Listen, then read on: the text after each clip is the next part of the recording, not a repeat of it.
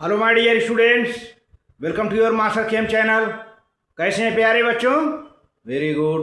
आज मैं Amla Shankar Yadav master chem channel की तरफ से क्लास 12th के बच्चों को केमिकल काइनेटिक्स चैप्टर से वीडियो लेकर आया हूँ। पहला जो है वीडियो है ये केमिकल काइनेटिक्स से पहला वीडियो है प्यारे बच्चों। केमिकल काइनेटिक्स से पहला वीडियो है ये, और इस वीडियो में हम ये बताएंगे types of chemical reaction, very fast very slow, जिनका हम रेट डिटरमाइन नहीं कर सकते।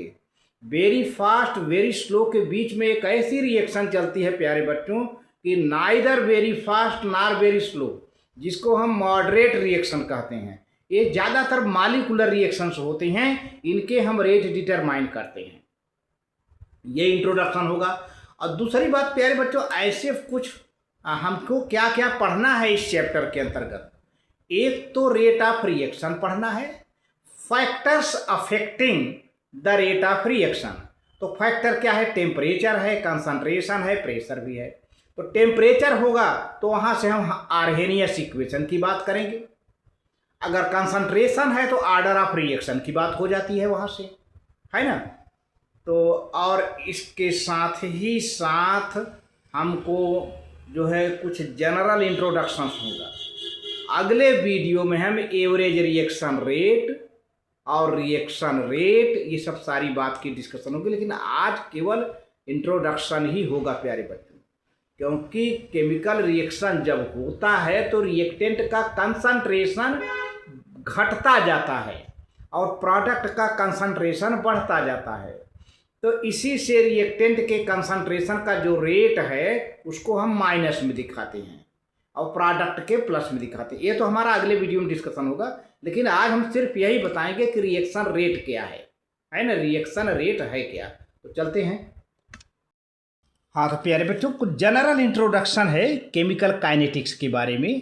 तो क्या चीज़ होता है, हमको क्या क्या पढ़ना है, पहले क्या क्या बातें इस चैप्टर के अंदर हमारा मेन जो है पूरे चैप्टर तक रहेगा, उसके बारे में एक जनरल आइडिया मैं दे रहा हूँ। The rate of chemical reactions can be studied under 3 main points. तीन मेन पॉइंट को लेकर के पूरे चैप्टर को हम स्टडी करेंगे। क्या? whether the rate of reaction, whether the reaction at all takes place or not। यानी रिएक्शन रिएक्शन हो रहा है कि नहीं हो रहा है। That is spontaneity of the reaction as discussed in terms of गिव्स एनर्जी चेंज इन थर्मोडायनेमिक्स। हमें रिएक्शन रेट को देखना है, वह स्पॉन्टेनियस है कि नॉन स्पॉन्टेनियस है। तो स्पॉन्टेनियस है तो गिव्स एनर्जी चेंज थर्मोडायनेमिक्स के कारण हमें स्टडी करना है यहाँ पर आगे चल करके, आप जानते रहो। और अगर स्पॉन्टेनियस है तो जो है किस एक्सटेंट तक हमें इक्विलिब्रियम के पहले किस एक्सटेंट तक रिएक्शन हो रही है। If the reaction is spontaneous then to what extent the reaction takes place before equilibrium attained. अगर मान लीजिए रिएक्शन स्पॉन्टेनियस है तो इक्विलिब्रियम के पहले रिएक्शन किस रेट से हो रहा है, क्या उसका कितना रिएक्शन हो चुका। और तीसरी बात है प्यारे बच्चों, rates or speed of reaction which the branch of thermodynamics is unable to answer।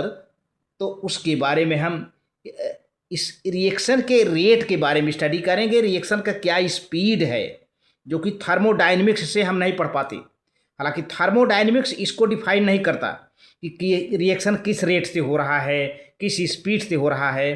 तो रिएक्शन के रेट को केमिकल काइनेटिक्स डिफाइन करता है। याद रखिए, थर्मोडायनेमिक्स रिएक्शन के रेट को डिफाइन नहीं करता है, बल्कि रिएक्शन के रेट को कौन डिफाइन करता है? Chemical kinetics. जैसे मान लीजिए thermodynamics predicts that conversion of diamond to graphite is feasible. Thermodynamics ये बताता है कि डायमंड या ग्रेफाइट में बदल जाता है आसानी से। But the process is so slow, इसका प्रोसेस इतना स्लो होता है that the change is not perceptible at all, hence the most people think that diamond is forever. तो लोगों का मानना है कि डायमंड हमेशा डायमंड बना रहता है ना, डायमंड धीरे धीरे ग्रेफाइट में भी बदल जाता है प्यारे बच्चों। तो आप ये जान लें कि थर्मोडायनेमिक्स और केमिकल काइनेटिक्स में यही बड़ा डिफरेंस है।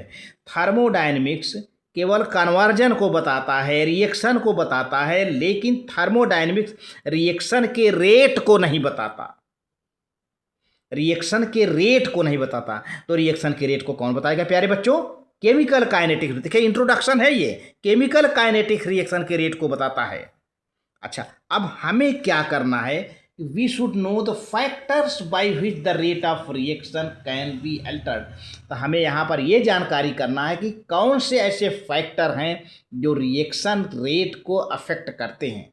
The study of rate of reaction also helps us to understand the pathway from the reactant to product called mechanism of the reaction.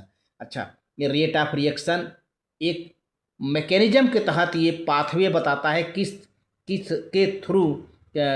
Pathway के थ्रू जो है रिएक्टेंट प्रोडक्ट में convert हो गया। तो यहाँ पर हम मैकेनिज्म के बारे में भी स्टडी करेंगे। तो इस तरह से हम देखते हैं कि केमिकल काइनेटिक्स एक केमिस्ट्री की ब्रांच है जिसमें हम रिएक्शन के रेट को, रिएक्शन के मैकेनिज्म को, रिएक्शन के फैक्टर को अफेक्ट करने वाले फैक्टर को हम स्टडी करते हैं। वही केमिकल काइनेटिक्स कहलाती है।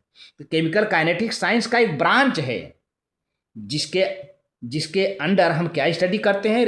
रेट ऑफ रिएक्शन और फिर मैकेनिज्म ऑफ रिएक्शन, दूसरा factors affecting the rate of reaction. तीन बातों की स्टडी करते हैं। तो देखिए, the branch of chemistry which deals with the study of the speed और the rate of the chemical reaction and the mechanism by which the reaction proceed is known as chemical kinetics। तो प्यारे बच्चों, chemistry की वह branch जिसके अंतर्गत हम reaction का रेट, रिएक्शन का मैकेनिज्म और factors affecting the rate of reaction का स्टडी करते हैं, तो हम केमिकल काइनेटिक्स उसे कहते हैं। तो क्या क्या पढ़ते हैं प्यारे बच्चों? पहले rate of reaction, factors affecting the rate of reaction, mechanism of the reaction और effect of concentrations in terms of order of reaction and effect of temperature also. तो हम जब कंसंट्रेशन की इफेक्ट पढ़ते हैं प्यारे बच्चों, तो ऑर्डर ऑफ रिएक्शन की बात बढ़ जाती है, आगे हम बताएंगे। और जब हम टेम्परेचर की बात करते हैं, इफेक्ट ऑफ टेम्परेचर की बात करते हैं, तो आर्हेनियस इक्वेशन की बात बढ़ जाती है ना। तो ये सब सारी बातें अगले वीडियो में करेंगे हम आपसे, क्योंकि आज सिर्फ इतना जानिए कि अफेक्ट ऑफ कंसंट्रेशन की स्टडी करेंगे तो ऑर्डर ऑफ रिएक्शन पढ़ना पड़ेगा, अफेक्ट ऑफ टेम्परेचर की स्टडी करेंगे तो आर्हेनियस इक्वेशन पढ़ना पड़ेगा। इसमें प्रेशर का भी इफेक्ट है। तो देखिए, अब ये देखते हैं कि आखिर ये रिएक्शन कभी बहुत तेज़ी से हो जाता है, कभी बहुत स्लो होता है, कभी दोनों के बीच का होता है मॉडरेट रिएक्शन। तो ये तीन तरह का रिएक्शन होता है प्यारे बच्चों, इसलिए क्लासीफाई कर दिया गया है the classification of rate of reactions on the basis of rate of reactions. There are 3 types of reaction प्यारे बच्चों। कौन कौन है? वेरी फास्ट रिएक्शन पहला, वेरी स्लो रिएक्शन, और तीसरा है moderate reaction which is neither very slow nor very fast. तो वेरी फास्ट की बात करें तो वेरी फास्ट में आयनिक रिएक्शन होते हैं प्यारे बच्चों, आयनिक रिएक्शन, क्योंकि आयनों का आपस में इंटरेक्शन होता है, कहीं प्रेसिपिटेट बनता है तो कहीं क्या, ये सब सारी बातें होती हैं। और ये within 10 to the power 12 to 10 to the power 16 second में हो जाते हैं। तो वेरी फास्ट रिएक्शन की बात करता हूँ, the reactions which takes place instantaneously within 10 to the power minus 12 to 10 power minus 16 second are called very fast reactions. Example, ionic reactions and its rate cannot be measured। तो इसके rate को हम major नहीं कर सकते, इसके rate को हम डिटरमाइन नहीं कर सकते किस रेट से, इतनी तेज़ी से हो जाता है, इतनी तत्काल हो जाता है, इंस्टेंटेनियसली हो जाता है कि हम इसका रेट का आकलन नहीं कर सकते। We can not determine the rate of reaction of ionic reaction, है ना। जैसे सिल्वर नाइट्रेट है, सोडियम क्लोराइड है, क्या बन जाएगा प्यारे बच्चों, सिल्वर क्लोराइड का प्रेसिपिटेट बन जाएगा AgCl, और सोडियम नाइट्रेट बन जाएगा। बेरियम क्लोराइड है, सल्फ्यूरिक एसिड है, तो बेरियम सल्फेट का प्रेसिपिटेट बन जाएगा और हाइड्रोक्लोरिक एसिड बन जाएगा।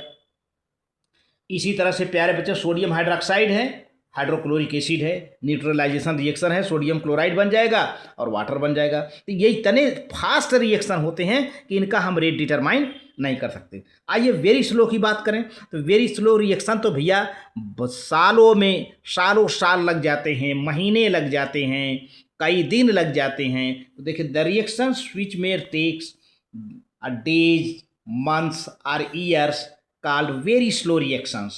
Example, rusting of iron, reaction between H2O2, its rate also cannot be measured. इतना स्लो होता है जो कई साल लग जाता है, कई महीने लग जाते हैं, तो भला इसके रेट को हम कैसे डिटरमाइन करेंगे। तो वेरी स्लो रिएक्शन का भी हम इस केमिकल काइनेटिक्स के अंतर्गत उसका रेट हम नहीं डिटरमाइन कर सकते प्यारे बच्चों। अब आ जाते हैं दोनों के बीच का रिएक्शन जो कि मॉडरेट रिएक्शन है, इसको मॉलिक्यूलर रिएक्शन भी कहते हैं। These reactions are neither very slow nor very fast. Their rate of reactions can be measured. These are generally molecular reactions. ये ज़्यादातर molecular reactions होते हैं प्यारे बच्चों। तो ये इसी का हम पूरे चैप्टर में स्टडी करेंगे।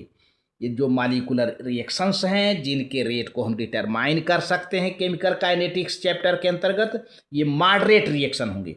हम इस चैप्टर में ना तो आयनिक रिएक्शन की बात करेंगे, ना तो वेरी स्लो की रिएक्शन की बात करेंगे, बल्कि मॉडरेट रिएक्शन की बात करेंगे। अब देखिए कुछ एग्जांपल्स हैं प्यारे बच्चों, जैसे हाइड्रोलिसिस ऑफ एथिल एसीटेट।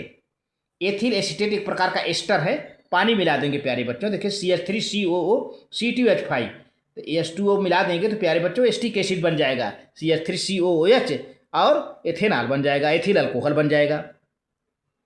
इसी तरह से हाइड्रोलिसिस ऑफ सुक्रोज C12H22O11, पानी मिला दिया इसमें तो क्या हो जाएगा, ग्लूकोज बन जाएगा, C6H12O6, और फ्रक्टोज बन जाएगा, C6H12O6। ग्लूकोज और फ्रक्टोज मॉलिक्यूलर फार्मूला दोनों का सेम है, लेकिन ग्लूकोज में क्या होगा, एल्डिहाइड ग्रुप होगा, फ्रक्टोज में कीटोनिक ग्रुप होगा।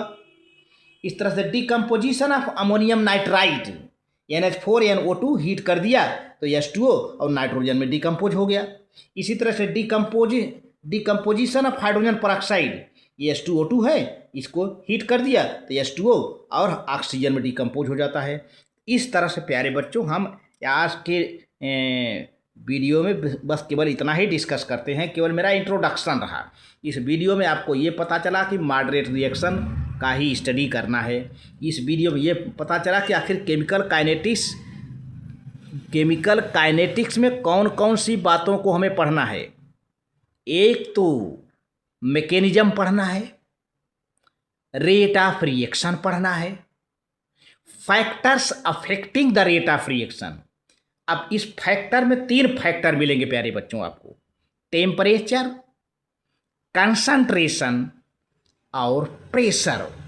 तो जब हम टेम्परेचर की बात करेंगे प्यारे बच्चों तो आपको तुरंत मिलेगा आर्हेनियस इक्वेशन, और जब हम कंसंट्रेशन की बात करेंगे अगले वीडियो में प्यारे बच्चों तो तुरंत आपको मिलेगा आर्डर ऑफ रिएक्शन, और प्रेशर की बात करेंगे तो वॉल्यूम घटेगा बढ़ेगा।